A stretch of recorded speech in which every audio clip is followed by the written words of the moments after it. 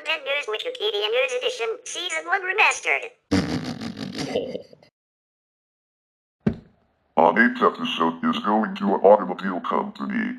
It's Volkswagen.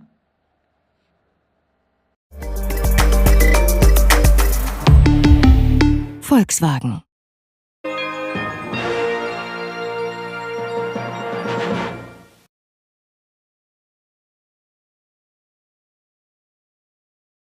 Volkswagen VW Volkswagen. is a German automobile manufacturer based in Wolfsburg, Lower Saxony, Germany. Established in 1937 by the German Labor Front under the Nazi Party, it was revitalized into the global brand it is today after World War II by British Army officer Ivan Hurst. The company is well known for its iconic Beetle and serves as the flagship mark of the Volkswagen Group, which became the world's largest automotive manufacturer by global sales in 2016 and 2017. The group's largest market is China, including Hong Kong and Macau, which accounts for 40% of its sales and profits. The name Volkswagen derives from the German words Volkswagen, meaning people's car.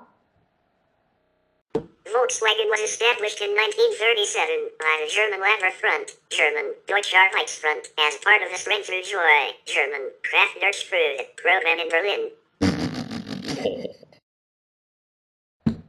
In the early 1930s, cars were a luxury. Most Germans could afford nothing more elaborate than a motorcycle, and only one German out of 50 owned a car.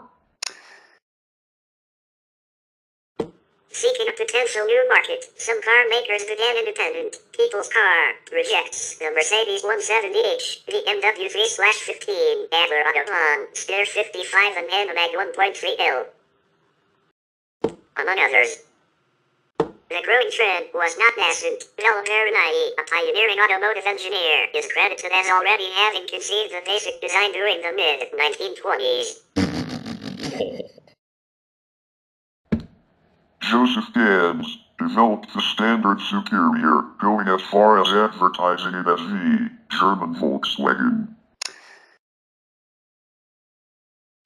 In Germany, the company Hanamag Mass produced the 2/10 PS Thomas brought a small, cheap rear-engine car from 1925 to 1928. Also, in Czechoslovakia, the Hans Ledwinka designed Tatra T77, a very popular car amongst the German elite, was becoming smaller and more affordable at each revision.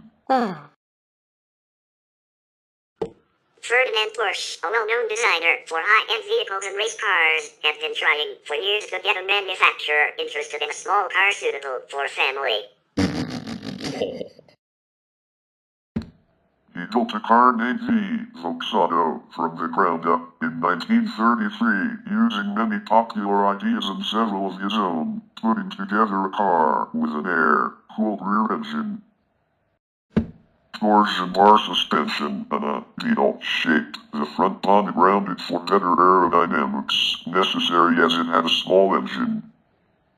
In 1934, with many of the above projects still in development or early stages of production, Adolf Hitler became involved, ordering the production of a basic vehicle capable of transporting 2 adults and 3 children at 100 kilometers per hour, 62 miles per hour.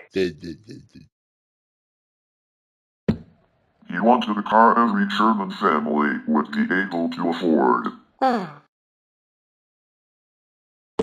The People's Car would be available through a savings plan at 990 Reichsmarks, US $396 in 1938, about the price of a small motorcycle. The average income being around 32 Reichsmarks a week. It soon became apparent that private industry could not turn out a car for only 990 Reichsmarks. Thus, Hitler chose to sponsor an all-new, state-owned factory using Ferdinand Porsche's design, with some of Hitler's design suggestions, including an air-cooled engine so nothing could freeze. The intention solution was that German families could buy the car through a saving scheme, fund markt die must do sparen, whilst do imagining wage fahren. 5 marks a week you must set aside if in your own car you wish to ride, which around 336,000 people eventually paid into. However, the project was not commercially viable and only government support was able to keep it afloat. Due to the outbreak of war in 1939, none of the participants in the saving scheme ever received a car. In 1950, a lawsuit was issued that, after 12 years of trial, ultimately provided a credit of 12% off the list price of a new VW base model or 5 times less the value paid into the saving scheme. Prototypes of the car, called the TaBNWNE from the German term Kraftwerksfreude, meaning strength through joy, appeared from 1938 onwards. The first cars have been produced in Stuttgart. The car already had its distinctive round-shaped and air-cooled, flat-4, rear-mounted engine. The VW car was just one of many KDF programs, which included things such as tours and outings. The prefix Volks, Peoples, was not just applied to cars, but also to other products in Germany, the Volkswagen radio receiver for instance.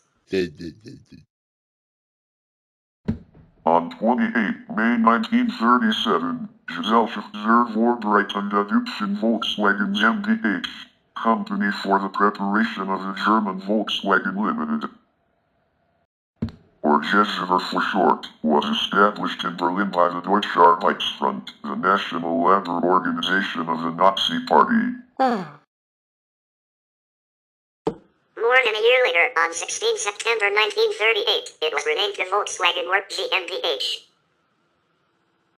Erwin Comenda, the long-standing auto union chief designer, part of Ferdinand Porsche's hand-picked team, developed the car body of the prototype, which was recognizably the Vito known today. It was one of the first cars designed with the aid of a wind tunnel, a method used for German aircraft design since the early 1920s. The car designs were put through rigorous tests and achieved the record, breaking million miles of testing before being deemed finished. The construction of the new factory started in May 1938 in the new town of Stad der TaBNWNE, renamed Wolfsburg after the war, which had been purpose-built for the factory workers. This factory had only produced a handful of cars by the time war started in 1939. None were actually delivered to any holder of the completed saving stamp books, though one Type 1 cabriolet was presented to Hitler on 20 April 1944, his 55th birthday. War changed production to military vehicles, the Type 82 TaBNWNE, bucket car, utility vehicle, VW's most common wartime model, and the amphibious limousine, manufactured for German forces. One of the first foreigners to drive a Volkswagen was the American war correspondent Ernie Pyle, who had the use of a captured Volkswagen for a few days after the Allied victory in Tunisia in May 1943. As was common with much of the production in Nazi Germany during the war, slave labor was utilized in the Volkswagen plant, for example, from Arbeitsdorf concentration camp. The company would admit in 1998 that it used 15,000 slaves during the war effort. German historians estimated that 80% of Volkswagen's wartime workforce was slave labor. Many of the slaves were reported to have been supplied from the concentration camps upon request from plant managers. A lawsuit was filed in 1998 by survivors for restitution for the forced labor. Volkswagen would set up a voluntary restitution fund. In April 1945, KDF stabbed the next heavily bombed factory were captured by the United States Armed Forces and subsequently handed over to the British, within whose occupation zone the town and factory fell. The factory was placed under the control of British Army Officer Major Ivan Hurst, REME, a civilian military governor with the occupying forces. At first, one plan was to use it for military vehicle maintenance and possibly dismantle and ship it to Britain. Since it had been used for military production, though not of KDF agents, and had been in Hurst's words, a political animal rather than a commercial enterprise, technically making it liable for destruction under the terms of the Potsdam Agreement, the equipment could have been salvaged as war reparations. Allied dismantling policy changed in late 1946 to mid-1947, though heavy industry continued to be dismantled until 1951. One of the factory's wartime KDF agent cars had been taken to the factory for repairs and abandoned there. Hurst had it repainted green and demonstrated it to British Army headquarters. Short of light transport, in September 1945 the British Army was persuaded to place a vital order for 20,000 cars. However, production facilities had been massively disrupted. There was a refugee crisis at and around the factory, and some parts, such as carburetors, were unavailable. Hurst and his German assistant Heinrich Nordhoff, who went on to run the Wolfsburg facility after the military government ended in 1949, helped to stabilize the acute social situation while simultaneously re-establishing production. Hurst, for example, used his engineering experience to arrange the manufacture of carburetors, the original producers, being effectively lost in the Soviet zone. The first few hundred cars went to personnel from the occupying forces and to the postal service. Some British service personnel were allowed to take their vehicles back to the United Kingdom when they were demobilized. The post-war industrial plans for Germany set out rules that governed which industries Germany was allowed to retain. These rules set German car production at a maximum of 10% of 1936 car production. By 1946, the factory produced 1,000 cars a month, even though it was still in disrepair.